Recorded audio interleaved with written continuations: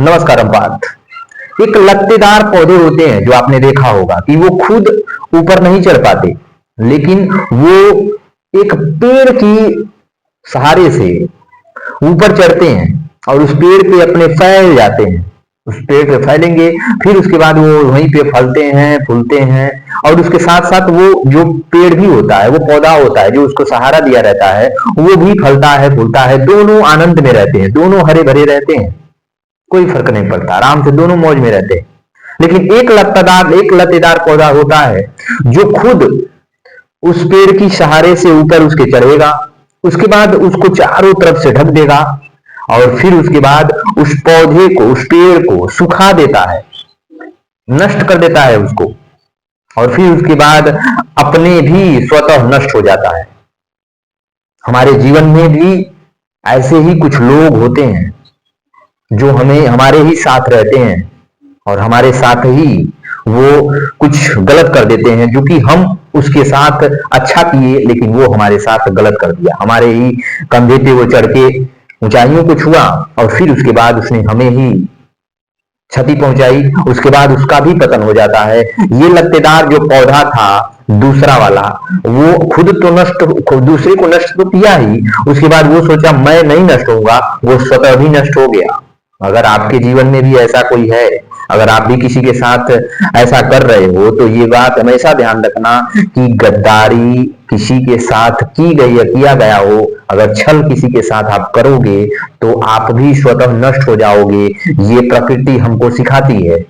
इसीलिए हम हर किसी का, अगर कोई हमें सहारा दे रहा है तो अपने साथ साथ उसको भी हम फलने दें, फूलने दें।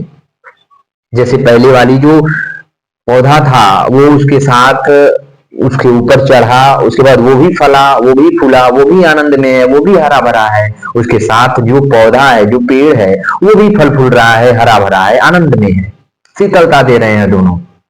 लेकिन दूसरा जो लता था, वो उसके सहारे चढ़ा, उसको चारों तरफ से ढक लिया, फिर उसके बाद उसको खत्म कर दिया, उस पेड़ को उसने सुखा दिया और फिर उसके बाद वो स्वतः सूख गया, खत्म हो गया।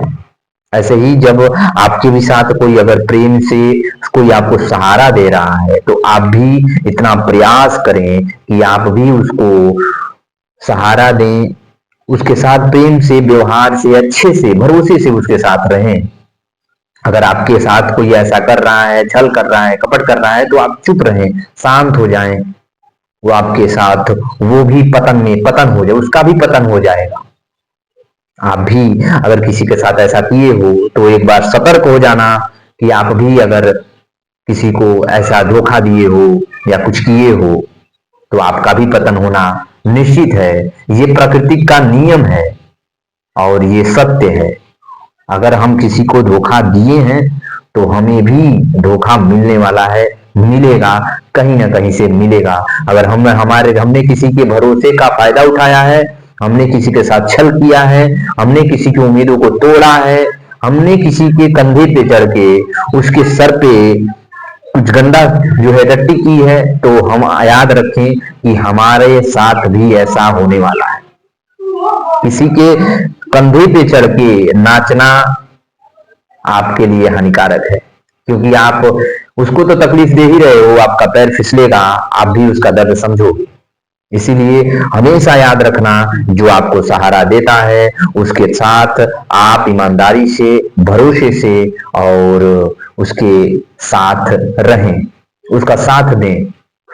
नहीं तो आप जानते हो कि इसके भोलेपन का, इसके ईमानदारी का हम फायदा उठा लेंगे, तो ऐसा नहीं हो सकता। वो तो बेचारा जो भोलेपन में आपसे थोड़ा धोखा खा लिया, लेकिन आपको सहारा देने वाला कोई नहीं बचेगा। आप स्वतः तड़प के सूख जाओगे।